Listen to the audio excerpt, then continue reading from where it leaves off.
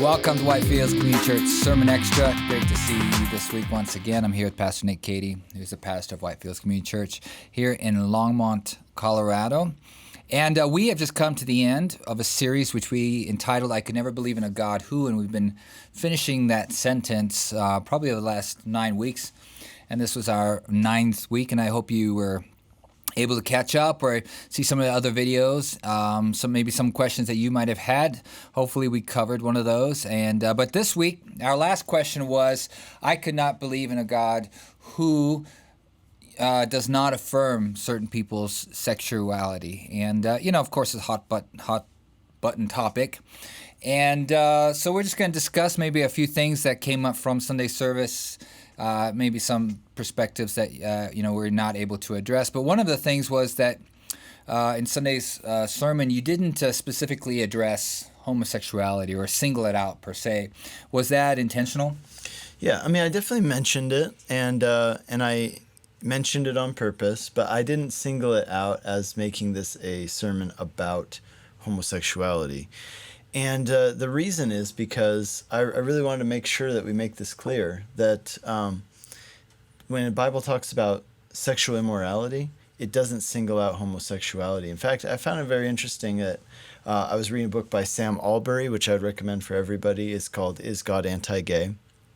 And in that, he mentions that, in fact, the Bible only has a few things to say about homosexuality. In other words, whereas our culture seems to be obsessed with this topic, the Bible is not, and it gives much more, the Bible's focused on other things, and in a way we should be too. And so he said, and I kind of took a lot of cues from Sam in this message, so I would really recommend, check out his stuff. He has tons of good stuff on YouTube and books that he's written, lots of materials that he's put out. But yeah, so I think, in some ways, we want to make sure that we don't fall into the trap, which I think has been done in the past by some Christians, because it's such a big issue in our culture, is that we make this like the number one thing, like the worst sin. We portray it as like, this is the ultimate thing that you could do that's bad. Well, I don't think that's the case. I don't think it is an unforgivable sin. I don't think it is any different than heterosexual sexual sin. Anything that falls outside of the realm of what God says, this is the plan, this is the design for marriage, is classified as sin in the Bible. And so, he's equal opportunity, I guess you could say, God. He puts people all on the same level. And one thing that Sam Allberry said that really stuck out to me was this. He said, at the end of the day, none of us are straight. And what that means is that all of us have desires sexually which deviate from God's plan. And therefore, all of us are crooked in our sexuality. And for all of us to follow Jesus will involve denying some of our desires. So we don't always get to choose what those desires are.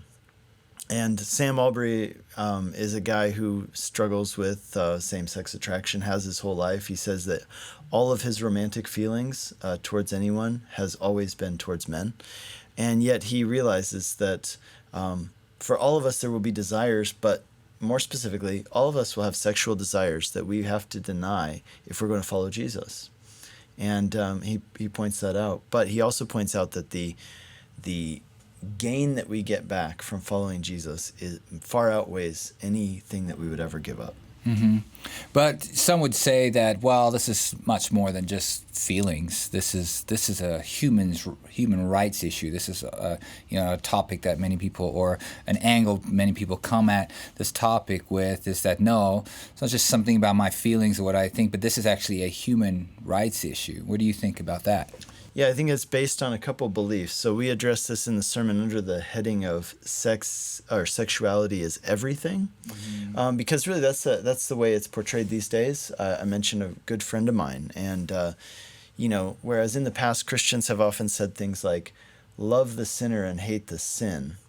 Well, let's say the gay community, but not just the gay community, right? Other communities have pushed back against that and said, no, you can't say that, because you're saying that who I am fundamentally is sinful. Therefore, there's something wrong with me fundamentally. Now, on the one hand, as Christians, we would say that for all of us, that is the definition. There is something wrong with me fundamentally. Being heterosexual doesn't get you to heaven, and being gay doesn't send you to hell. These are just symptoms of other things, right? But there is something wrong with me fundamentally. There's something wrong with you fundamentally. All of us, right? There's something fundamentally wrong with us. So on the one hand, we don't single out people in that way. On the other hand, we do believe that behavior doesn't define identity. Feelings don't define identity. You are more than how you feel about a particular topic or particular area. And that was one of the points I made. I got that point, by the way, from Timothy Keller, who I thought always made that point very well. He said that when you start defining people based on their sexuality primarily, he says that is a dehumanizing thing. You are reducing their humanity down to one area. And he said that's just not fair to people. And so human rights issue also gets the idea. It's based on a fundamental belief that it is always in the best interest of the individual and of the society that a person act upon their feelings sexually. And I think that is absolutely not true, not just when it comes to homosexuality, but in a lot of areas. It's not good for me as an individual or for society for me to act on every sexual feeling I have, even if they are heterosexual in nature. I don't know if you saw this week, just came out this thing I believe it was in some newspaper in Philadelphia, was an article. I think the article was originally in New York Times or something, somewhere in New York, but then it was responded to in Philadelphia. But it was an article from a psychologist saying that pedophilia is not a crime, it is a disorder. And so they're talking about people not committing pedophilia, but having pedophilia as an identity. And they're trying to define how many people in society have pedophilia now. That's a major ground shift. But again, it gets the issue of, is it always in the best interest of the individual and society for a person to act on their sexual feelings? And I think the answer is absolutely not. And so we need to make that case. And I think above all, we need to make the case that the Bible is not limiting joy, but is offering a more joyful path. And I think that that's really key. Yeah, no, that definitely is really key. And this is not it is a black-white issue, in the sense of the way the Bible talks about us sinful, all have sinned and fallen short of the glory of God, but talking about gender and sexuality is a nuanced argument today. And it's, who of all of us to educate ourselves on the topic. And, and I think you did a great job for preparing for this particular sermon and painting with broad enough strokes to give people some sense of, I think it spoke more to Christians than maybe to non-believers who are listening to the message that we have to. We need to educate ourselves and not just come in blazing with ignorant arguments, and as I think you pointed out, the moral center of society has shifted, where a lot of what we believe as a church has gone from prudish and moralistic to actually we're now in the immoral category. Our views are perceived as actually being harmful and immoral. Of course, we don't believe that. We believe that they're helpful. Right.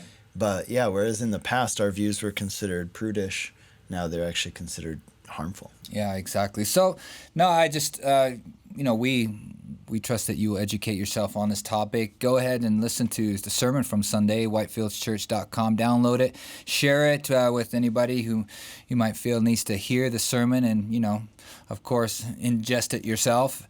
And we look forward to hearing any comments or questions that you might have. You can find us on Facebook and Instagram and on YouTube, SoundCloud. We're up on Spotify. You can hear our podcast up there as well. We encourage you to do that and share it wherever you can. And we look forward to seeing you again next week. God bless.